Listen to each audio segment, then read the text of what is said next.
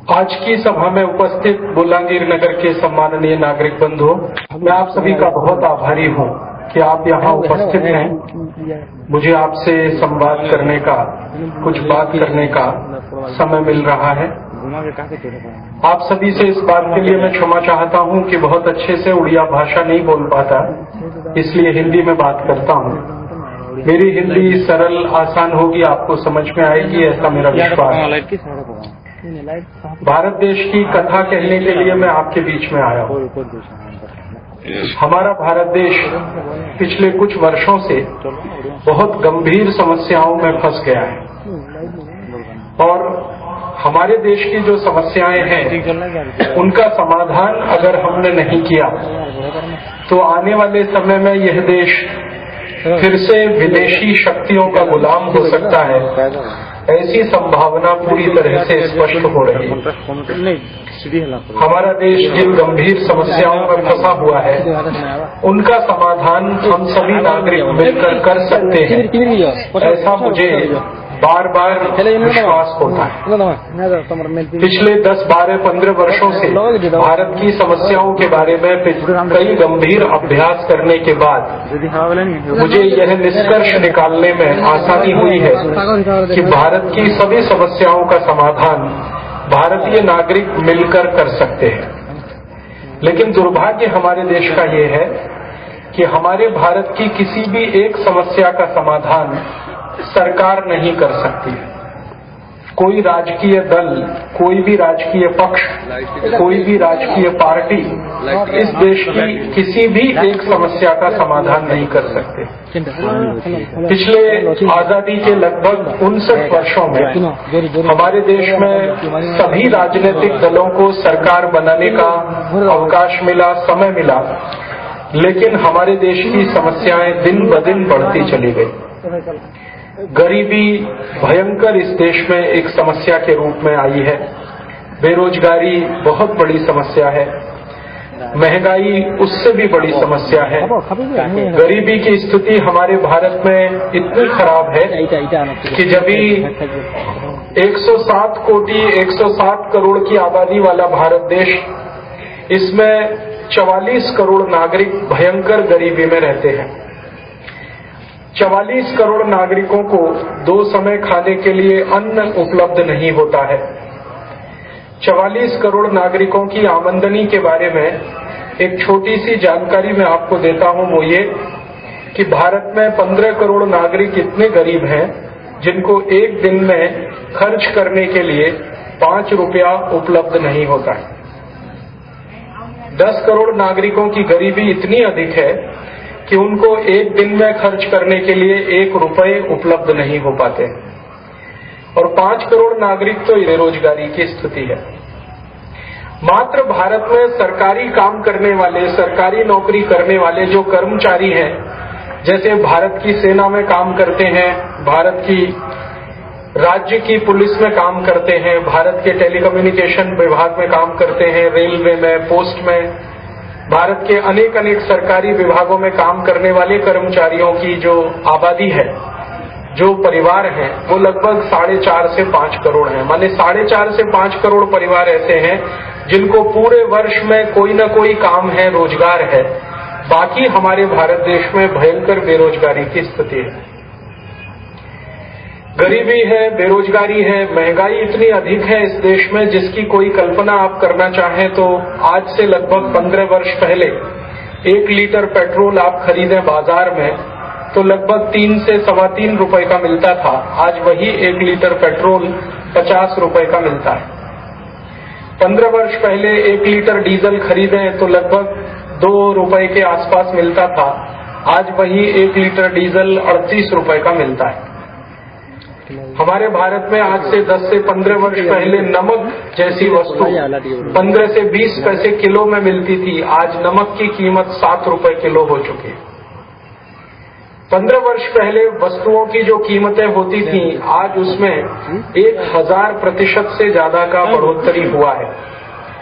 महंगाई इतनी तेजी से इस देश में बढ़ी है, सभी वस्तुओं की कीमतें दिन दूनी रात चौगुनी बढ़ रही हैं।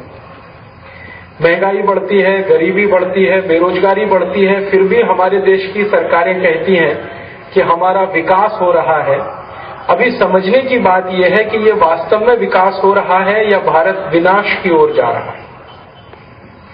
पिछले कई वर्षों से मैं भारत देश की इन्हीं समस्याओं पर अभ्यास करने का प्रयास कर रहा हूं कि आखिर महंगाई क्यों बढ़ रही है, गरीबी क्यों बढ़ रही है, बेरोजगारी क्यों बढ़ रही है, क्यों हमारे समाज में इतनी ज्यादा असुरक्षा बढ़ रही है, क्यों हमारे समाज में इतनी ज्यादा वैमनस्यता बढ़ रही है और क्यों हमारे समाज में इतनी गैर बराबरी बढ़ रही है।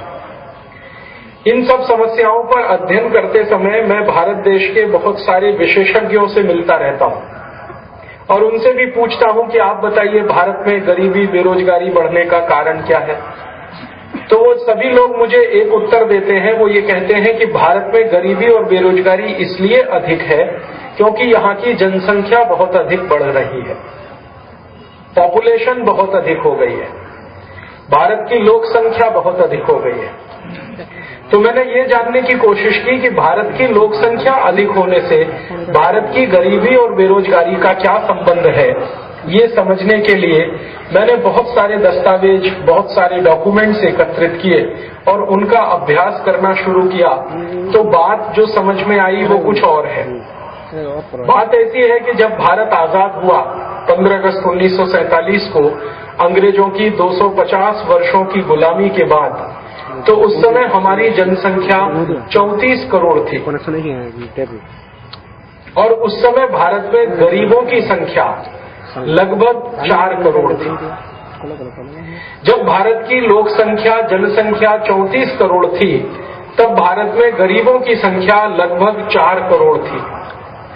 अब भारत की जनसंख्या 107 करोड़ हो गई, अर्थात भारतीय जनसंख्या 3 गुनी बढ़ गई, लगभग 3 से 3.5 गुनी बढ़ गई।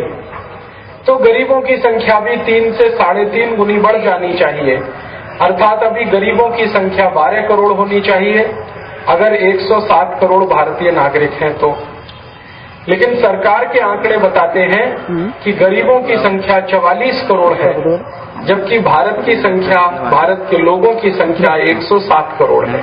अगर गणित का सीधा सीधा सा कैलकुलेशन करें, मैथमेटिकली कैलकुलेट करें, तो बात ये समझ में आती है कि हमारी जनसंख्या 34 करोड़ से 107 करोड़ हुई। इसका माने जनसंख्या में 3 से 3.5 गुना वृद्धि हुई, और दूसरे शब्दों में कहें तो 300 से 350% वृद्धि हुई। तो गरीबों की संख्या में 4 करोड़ से 44 करोड़ की जो वृद्धि है वो तो 11 गुनी हो गई, माने 1100% हो गई। जनसंख्या बढ़ी है 350% और गरीबी बढ़ गई 1100%। जनसंख्या बढ़ गई 3 गुनी, गरीबी बढ़ गई 11 गुनी। तो इसका अर्थ यह है कि जनसंख्या और गरीबी का कोई संबंध दिखाई नहीं देता, कोई संबंध नहीं दिखाई देता। गणित का सूत्र जनसंख्या बढ़ने के लिए जो है वही गरीबी बढ़ने के लिए होना चाहिए। अगर जनसंख्या 3 गुनी बढ़ी है तो गरीबी 3 गुनी बढ़नी चाहिए, लेकिन गरीबी तो 12 गुनी बढ़ चुकी है, 11 गुनी बढ़ चुकी है। बेरोजगारी का अगर समझने की कोशिश करें तो 15 अगस्त 1947 को भारत देश जब आजाद हुआ अंग्रेजों की 250 वर्षों की गुलामी से, तो 2 करोड़ लोग बेरोजगार थे इस देश में। आज इस देश में 20 करोड़ लोग बेरोजगार हैं। 10% बढ़ी है, लेकिन बेरोजगारी तो 1000% बढ़ी है। तो जनसंख्या तो बहुत कम बढ़ती है, बेरोजगारी उससे ज्यादा बढ़ती है। जनसंख्या तो बहुत कम बढ़ती है, गरीबी उससे भी ज्यादा बढ़ती है। इसका कारण क्या है? ये बात मैंने बहुत सारे अर्थशास्त्रियों को कही कि अगर हमारे देश में जनसंख्या बढ़ने से गरीबी बढ़ती है तो जितनी जनसंख्या बढ़ी उतनी गरीबी बढ़नी चाहिए, लेकिन जनसंख्या से 3 गुनी ज्यादा गरीबी बढ़ रही है और जनसंख्या बढ़ोतरी से 3 गुनी ज्यादा बेरोजगारी बढ़ रही है। ये कैसे हो रहा है हमारे देश में? तभी वो सारे के सारे अर्थशास्त्री चुप हो जाते हैं और वो कहते हैं कि शायद अर्थशास्त्र का ये सिद्धांत गलत होता है भारत देश में। एक अंतर्राष्ट्रीय यूरोप में अर्थशास्त्री होता था 17वीं शताब्दी में, उसका नाम था जेके माल्थस। उसने एक सिद्धांत बनाया कि जो देश में जनसंख्या बढ़ती है उसी देश में गरीबी और बेरोजगारी बढ़ती है। उसी सिद्धांत को भारत के सभी राजनेता, भारत के प्रधानमंत्री, भारत के वित्त मंत्री, भारत के रक्षा मंत्री, उड़ीसा के मुख्यमंत्री, महाराष्ट्र के मुख्यमंत्री, जितने भी नेता इस देश में हैं, उसी जेके माल्थस के सिद्धांत को भारत के लोगों के ऊपर आरोप के रूप में लगाते रहते हैं कि चूंकि भारतवासी जनसंख्या बढ़ाते रहते हैं इसलिए ये गरीबी और बेरोजगारी बढ़ती है। फिर मैं इन्हीं नेताओं से जब बात करता हूं कि अच्छा ठीक है, भारत की जनसंख्या बढ़ती है तो गरीबी बढ़ गई, भारत की जनसंख्या बढ़ी है तो बेरोजगारी बढ़ गई, तो ये सिद्धांत दुनिया के सभी देशों पे लागू होना चाहिए। अगर ये भारत पर लागू होता है तो सभी देशों पे लागू होना चाहिए। तो उदाहरण के लिए अमेरिका की आबादी पिछले 50 साल में कितनी बढ़ी है उसका मैंने जानने की कोशिश की, तो पता चला कि आज से 50 साल पहले अमेरिका की जो आबादी थी वो लगभग 4 से 4.5 करोड़ थी। इस समय सन 2006 में अमेरिका की आबादी 27 करोड़ हो चुकी है।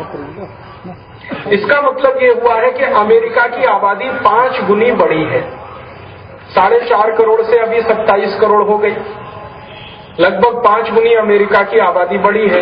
तो अमेरिका में गरीबी कम से कम 5 गुनी बढ़नी चाहिए, और भारत के सूत्र को अगर अपनाएं तो अमेरिका में बेरोजगारी और गरीबी 10 से 15 गुनी अधिक होनी चाहिए। लेकिन अमेरिका की अर्थव्यवस्था का अध्ययन करें तो पता चला कि पिछले 50 साल में अमेरिका की आबादी 5 गुनी बढ़ी है और अमेरिका की अमीरी 1000 गुनी बढ़ गई है।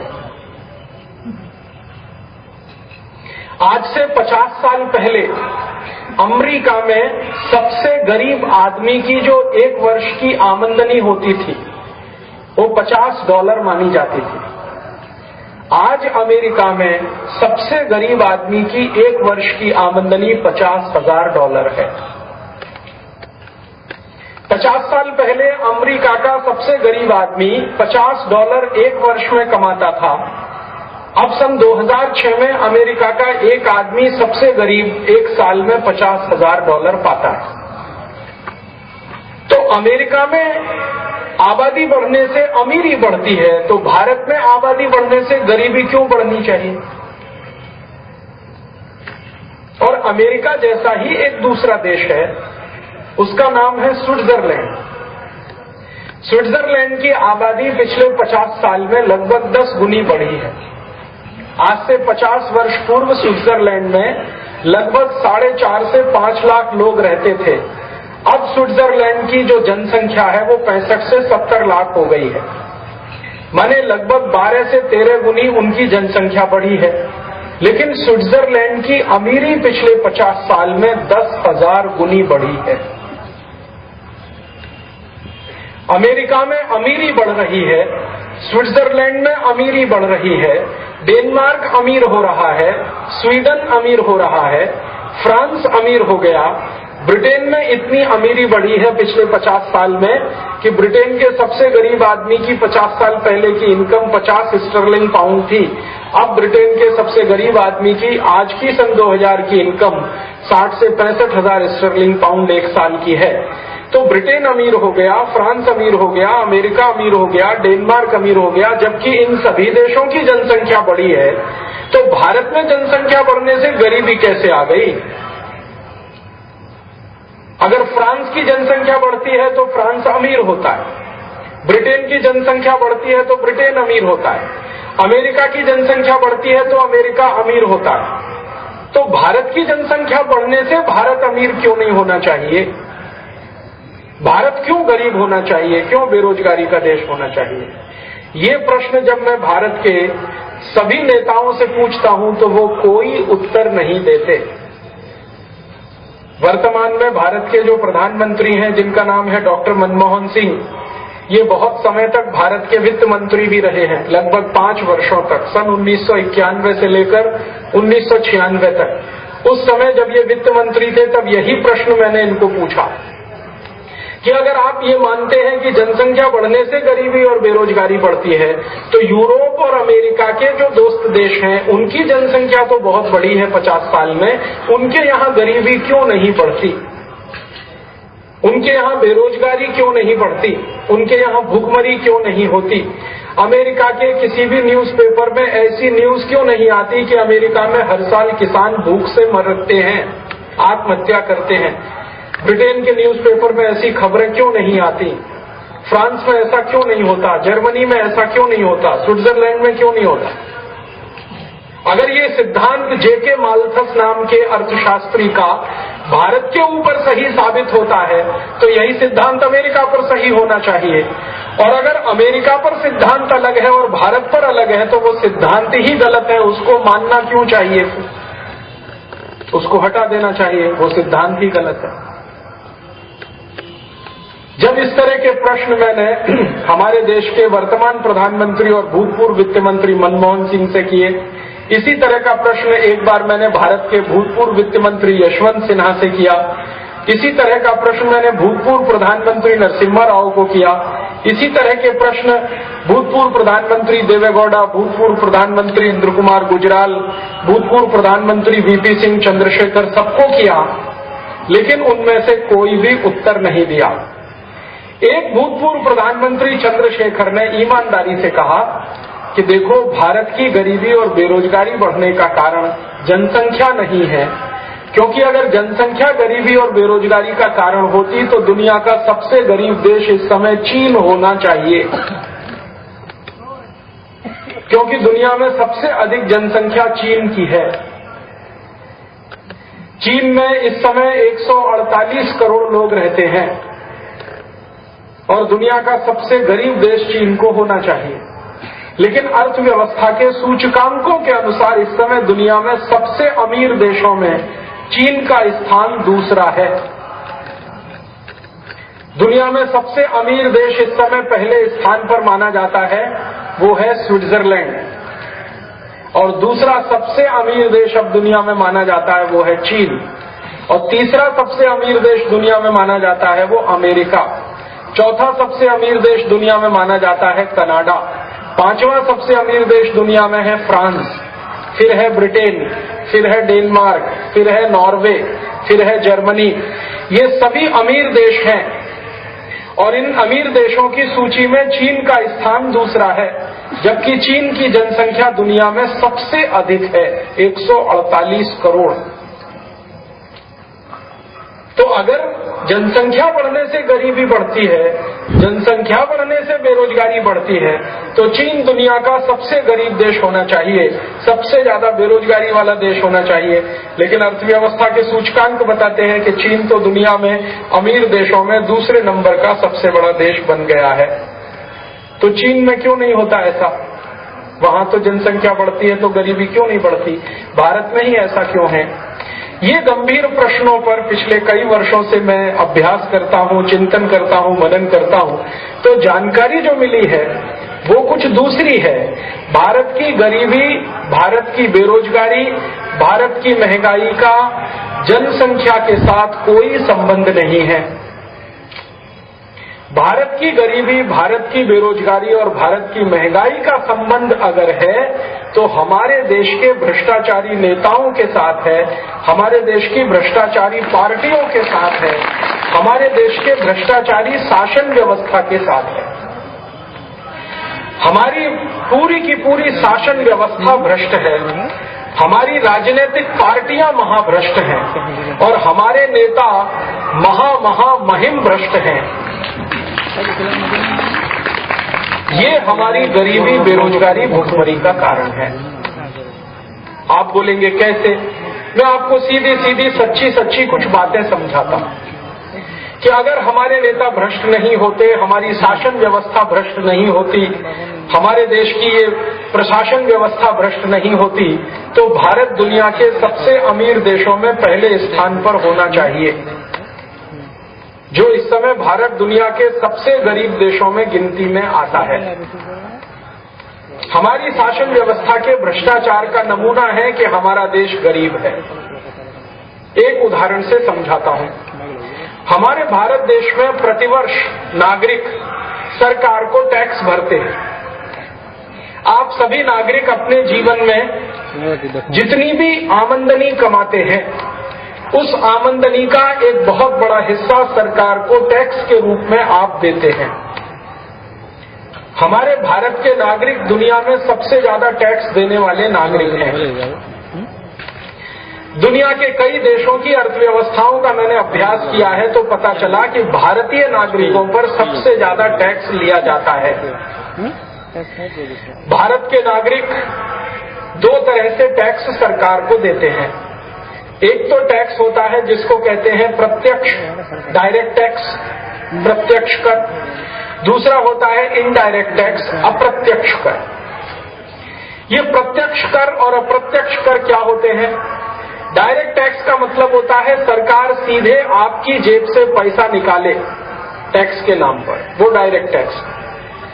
और इनडायरेक्ट टैक्स ये होता है कि सरकार आपकी जेब से पैसा नहीं निकाले, बल्कि सरकार ने बनाए हुए बहुत सारे डिपार्टमेंट आपकी जेब से पैसा निकाले, वो इनडायरेक्ट टैक्स होता है। सरल भाषा में कहूं तो इनकम टैक्स अगर आप देते हैं सरकार को तो ये डायरेक्ट टैक्स है, आयकर। कॉर्पोरेट टैक्स अगर आप भरते हैं तो ये डायरेक्ट टैक्स है।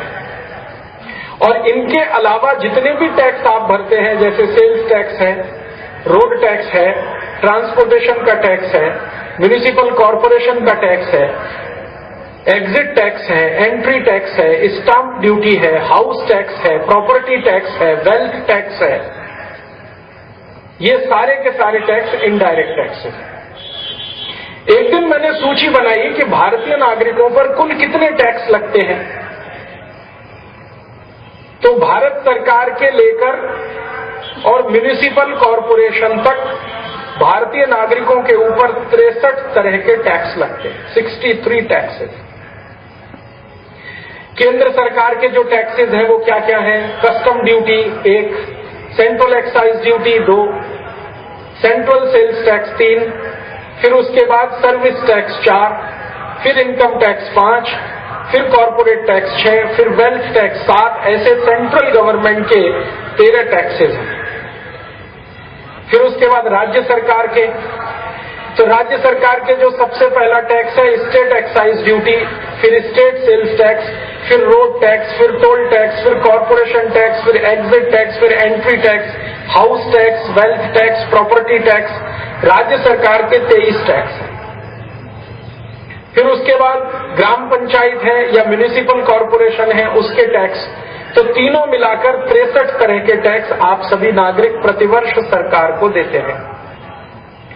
मैंने उसका एक दिन हिसाब जोड़ा कि भारत के नागरिक ये जो टैक्स देते हैं उसकी रकम कितनी है, धनराशि कितनी है।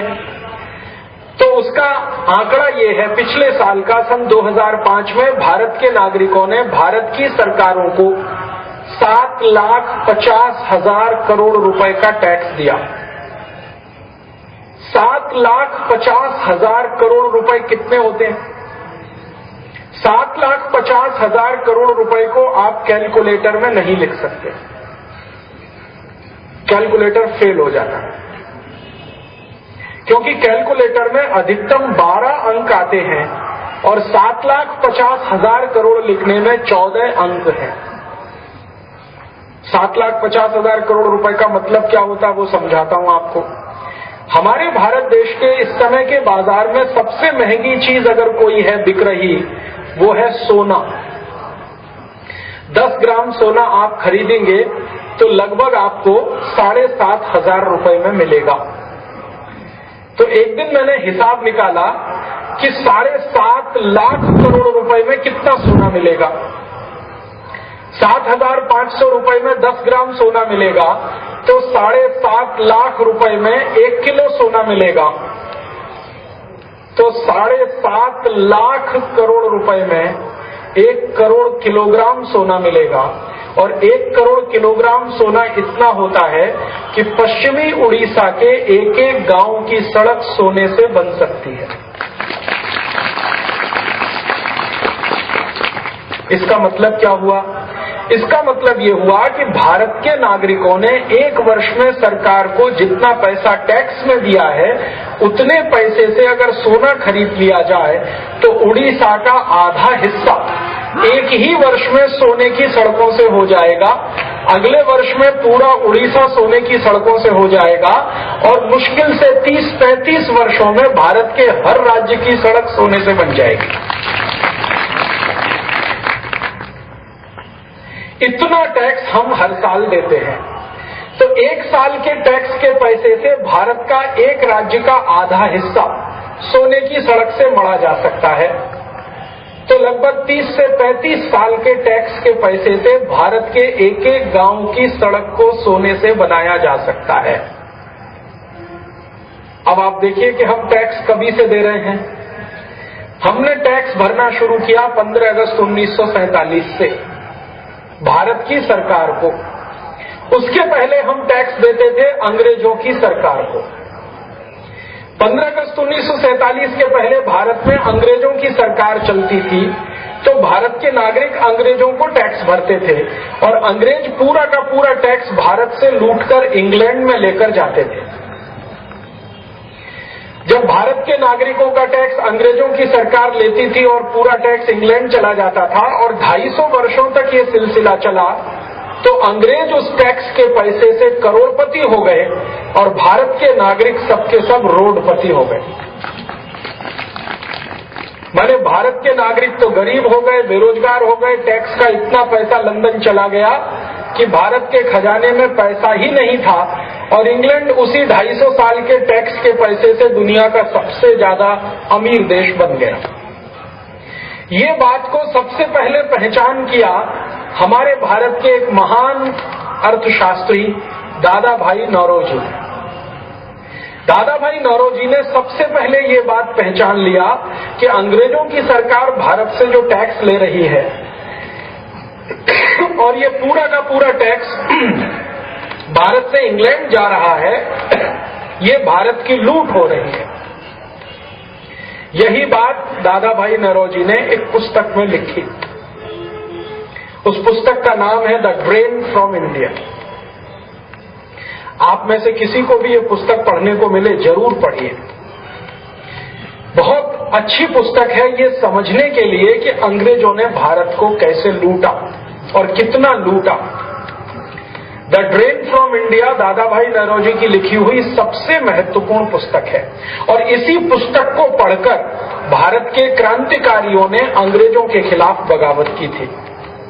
चाहे वो सुभाष चंद्र बोस हो, चाहे भगत सिंह हो, चाहे ऊधम सिंह हो, चाहे तात्या टोपे हो, चाहे महात्मा गांधी हो, चाहे लोकमान्य तिलक रहे हो, चाहे विनायक दामोदर सावरकर रहे हो, जितने भी क्रांतिकारी भारत की आजादी की लड़ाई में शामिल हुए वो सब इस पुस्तक को पढ़कर आए, द ड्रेन फ्रॉम इंडिया। उस पुस्तक को पढ़कर भारतीय नागरिकों का खून खौलता था और उनको पता चलता था कि अंग्रेजों की सरकार कितनी लूटमार कर रही है।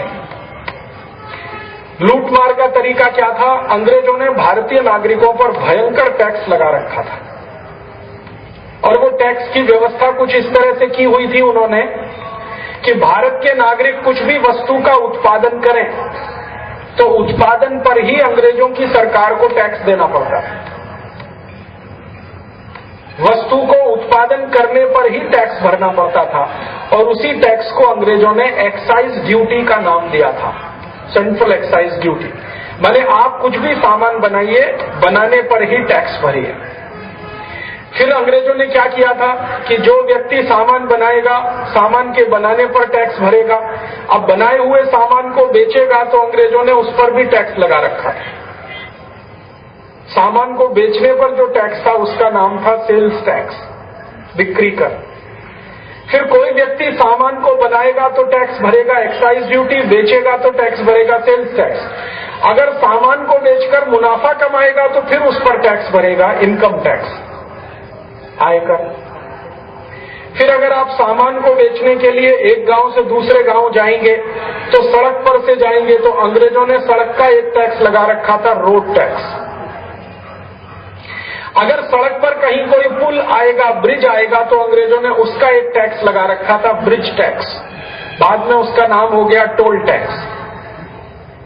फिर अंग्रेजों ने क्या किया था कि जो गांव